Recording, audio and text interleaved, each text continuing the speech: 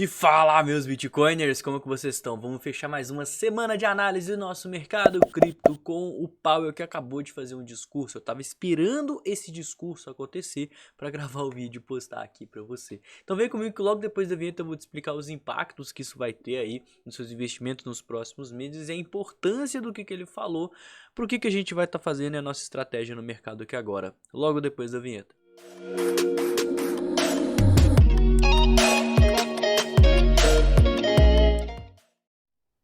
E acabou de acontecer a reunião lá, o discurso do presidente do Banco Central, Jerome Powell, que é basicamente o grande responsável pela correlação entre o mercado tradicional e de criptomoedas que a gente vem vendo desde o ano de 2021 e principalmente pelas volatilidades no dia, né? Tanto que o Bitcoin ele mexeu bastante aí ao longo desse discurso, né? A gente teve aqui muita rejeição, que é o que a gente vai estar falando daqui a pouquinho. Mas em resumo, né, ele vem falando por que o preço não mexeu tanto. Apresentou volatilidade, mas no final das contas ele não mexeu tanto.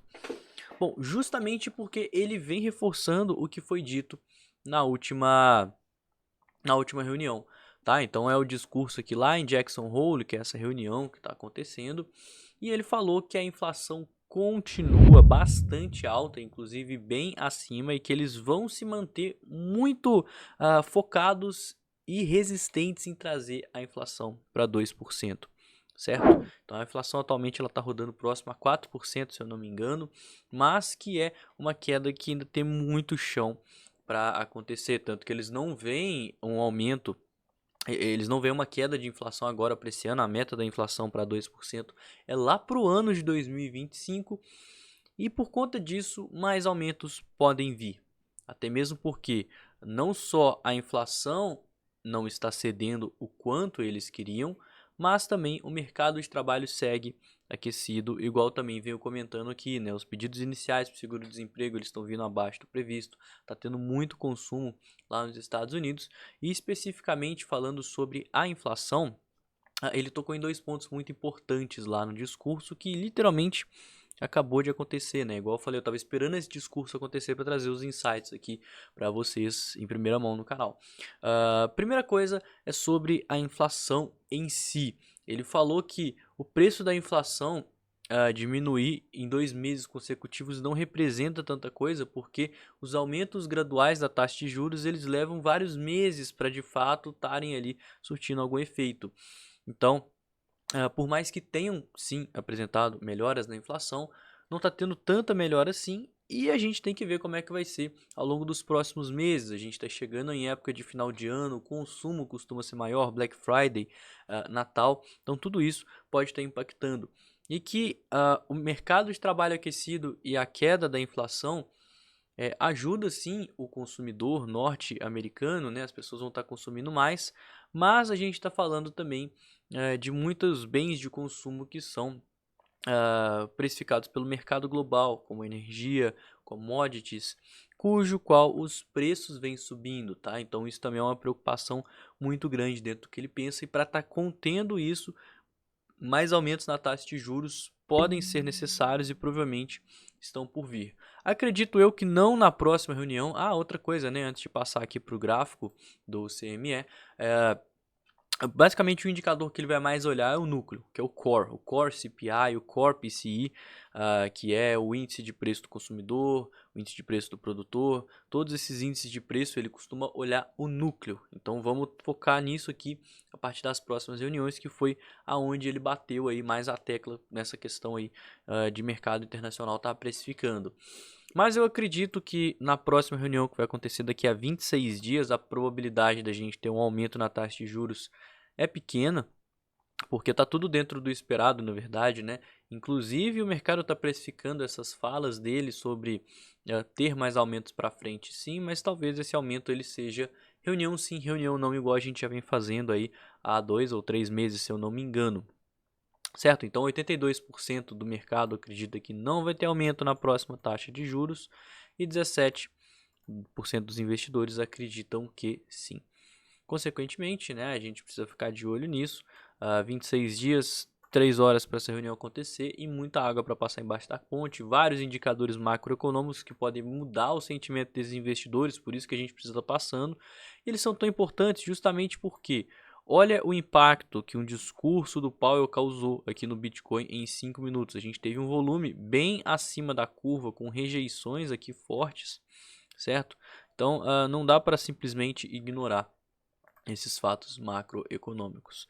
Bom, mas vamos sair um pouquinho do lado da macroeconomia, entrar um pouco mais no lado do mercado de criptomoedas, certo? Eu estou aqui com o nosso tão querido site que rastreia as ordens das instituições aberto, e a gente tem muita região de resistência e liquidez até os 27 mil dólares, que inclusive essas ordens elas foram canceladas. Deixa eu ver até se eu diminuir um pouquinho o volume, aparece mais ordens aqui, e de fato não. As ordens mais importantes, que estavam aqui próximo aos 27 mil dólares, foram canceladas. Pode ser que elas voltem com uma eventual subida do preço, mostrando essa região de resistência, que inclusive é o alvo daquele fundo duplo, tá? Fez um fundo duplo aqui que eu comentei, ó. Esse site ele não tem a canetinha, né, cara? Eu adoro a canetinha para escrever e não tem aqui. Mas a gente fez uma espécie de fundo duplo aqui, ó. E se a gente traçar o alvo desse fundo duplo, vai estar lá próximo da região dos 27 mil dólares. Então tudo indica que o mercado ainda pode estar buscando liquidez naquele ponto. Surgiram algumas ordenzinhas aqui, ó, próximas aos 26.500, 26.700, talvez por conta do discurso do Powell, né?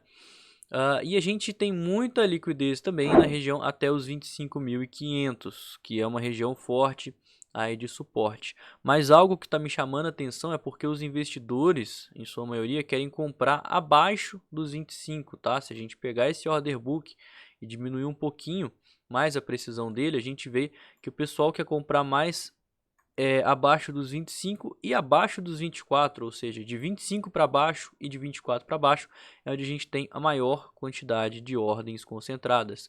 Enquanto dos 27 para cima, olha só, é onde a gente tem mais pessoas aí querendo vender, até os 27, né? Então a gente vem aqui dos 26 até os 27, a gente tem muita gente querendo vender, resistência no curto prazo. E aqui dos 26 mil dólares, ó, tem pouca gente. Aí a partir dos 25 tem muita gente que quer comprar. E também abaixo dos 25 aqui, ó, até os 24, muita gente também querendo comprar. O que reforça o fato das pessoas continuarem querendo comprar abaixo da região aí de fundo, tá? Então toma cuidado, porque a gente pode ver exatamente o que aconteceu lá atrás. A gente fez fundos no Bitcoin, mas a boa parte da força compradora ela estava abaixo da região aí onde a gente havia feito fundos. Consequentemente, né, é onde a galera quer comprar, então não vai ter força compradora em suporte e sim abaixo dele. Toma muito cuidado com isso, tá? Em momentos de volatilidade, e a gente vai falar disso um pouquinho mais a fundo no gráfico. Eu estava até aqui com o S&P 500 e o Bitcoin aberto no curto prazo para fazer uma correlação.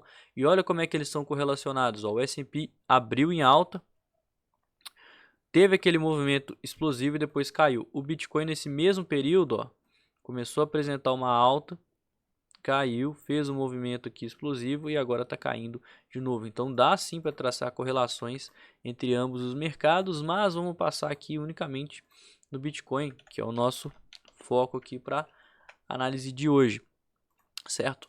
Bom, eu reforço com a minha tese o meu fato de que a gente tem um suporte muito forte, que eu acho que a probabilidade da gente continuar, ver uma queda igual essa aqui novamente, eu acho que é pequena, tá? Eu acho que a gente fez um suporte importante que foi uma queda causada por notícia, foi uma queda causada por medo do mercado. Então, geralmente, quando a gente tem quedas que são causadas por notícia, os movimentos mais intensos acontecem na hora que a notícia sai, que é justamente a precificação dela. Então, acho que a gente pode confirmar essa queda e continuação de movimento só se tiver uma notícia mais forte. Por quê? Porque a gente já se provou como um ponto fortíssimo de suporte. Tanto que, em geral, a gente tem muito mais pessoas querendo comprar do que vender. E pessoas, eu também digo instituições, tá? É um ponto de suporte forte, é um ponto de suporte que ele foi testado como resistência algumas vezes aqui no passado e agora está servindo de suporte para o gráfico. E consequentemente, as pessoas elas tendem a comprar em pontos de suporte. Então, acredito que a maior probabilidade seja do preço ele vir buscar pelo menos a região das médias, a região aí dos 27 mil dólares, né, que é o alvo daquele fundo duplo. E se ele chegar até os 28.500, também vai ser um cenário saudável e que ele pode estar utilizando desse cenário para continuar esse movimento de queda, porque os 28 mil, os 28.500 dólares eram um antigo ponto de suporte que provavelmente vai servir de resistência. Pessoas compraram aqui achando que seria o fundo, achando que o Bitcoin ia subir, e quem comprou aqui está no prejuízo. Então vai querer estar fechando posição para não ficar com prejuízo acumulado. Então, eu acredito que do rompimento dessa cunha, que a gente vem comentando há bastante tempo, rompemos, encontramos o suporte, a maior probabilidade de formação de topo descendente, certo? Acho que a maior probabilidade para os próximos dias é esse. Se a gente romper aqui para baixo, eu acho que tem mais chance de ser uma armadilha do que uma continuação de movimento, mas ainda assim, né? Por que eu acho isso? Porque tem muita ordem abaixo dos 25k. Então, se romper, essa força compradora vai entrar forte e não deixar o preço cair. Mas a gente ainda precisa de uma estratégia se o preço continuar caindo, né? Lembra que precisamos de capital, ainda assim, eu não entrei com tudo que eu tenho, né? Mas eu confesso que eu estou bastante posicionado, justamente porque quanto mais o preço cair, cedo ou tarde ele vai ter que fazer esse movimento aqui de topo descendente que é saudável para o mercado. Então, eu vou me expor na medida que o preço cai e quando ele fizer correção, eu vou saindo. Acho que a probabilidade dessa correção acontecer aqui é maior do que acontecer aqui. Mas ainda assim, né, eu tenho capital para comprar aqui um pouquinho mais abaixo, melhorar meu preço médio para conseguir vender em um topo descendente mais acima. E para falar do sentimento, né, a gente ainda tem bastante gente comprada. De alguns minutos, horas para cá, vem diminuindo relativamente ao longo dessa consolidação, tá? Pessoas shortando, fechando posições em long também, né, com queda no Open Interest, o que mostra que o interesse das pessoas em estar operando comprado aqui está diminuindo, ou seja, a liquidez ela está mudando de lado, o sentimento, a maioria do que tende a errar o mercado está começando a virar. Ainda temos muita gente que está aí acreditando na alta, sim, mas esse número ele cai de forma expressiva quando o preço ele começa a subir, que é um dos motivos que impulsiona esse movimento de alta, inclusive que a gente vê bastante liquidação. Olha só, a gente teve muita liquidação aqui de vendedores com esse movimento de alta. Então, se o preço ele continuar subindo, é natural que a gente veja mais queda no long short ratio, o que impulsionaria essa alta e estaria também de acordo com aquele sentimento onde as instituições estão alocando ordens de compra aqui, né? Lembre-se, as instituições, por mais que elas queiram que o mercado caia para preencher as ordens de compra, elas estão com um viés mais comprador do que vendedor. Se fosse o mercado onde as instituições estavam mais vendedora, a gente ia ver uma situação mais assim, ó, umas ordens muito mais presentes lá em regiões de topo, igual a gente viu em toda essa fase que o Bitcoin ficou consolidado acima dos 30 mil dólares, né? Olha só como que a gente tinha muito mais ordem de venda aqui nessa região, olha só, aqui nessa região, ó, que não é o que está acontecendo nesse exato momento aqui com o preço, né? Nesse exato momento, deixa eu ver se eu consigo voltar de novo esse gráfico, né? Que eu andei muito para lá. Aqui está a queda e muito bem. Olha só, nesse exato momento a gente tem muito menos ordens de venda, mostrando um interesse majoritariamente comprador das instituições. Então, o que eu acho? As instituições elas estão com ordens de compra aqui. E se a gente vê movimentos de baixo, eu acho que a probabilidade da gente fazer uma armadilha ela é relativamente maior do que a probabilidade da gente continuar esse movimento de queda. Mas, se esse movimento de queda continuar, isso que foi uma bandeira de baixa, aí a gente poderia ver o Bitcoin lá na casa dos 22.400 dólares, o que também seria um cenário saudável. Mas lembrando que quanto mais o preço cair, maior a tendência de ter menos pessoas querendo vender e mais pessoas querendo comprar, e isso faz com que ele faça topos descendentes, que é aonde eu vou buscar sair das posições que eu estou comprando nessa queda, parte delas, justamente para quê? Para liberar capital, para comprar aqui mais embaixo, se o preço voltar, né? Então, se eu comprei aqui, vendi aqui e recomprei nesse ponto, eu vou ter muito mais Bitcoin aqui do que aqui. Então, se o preço subir, eu lucro mais. A estratégia é essa.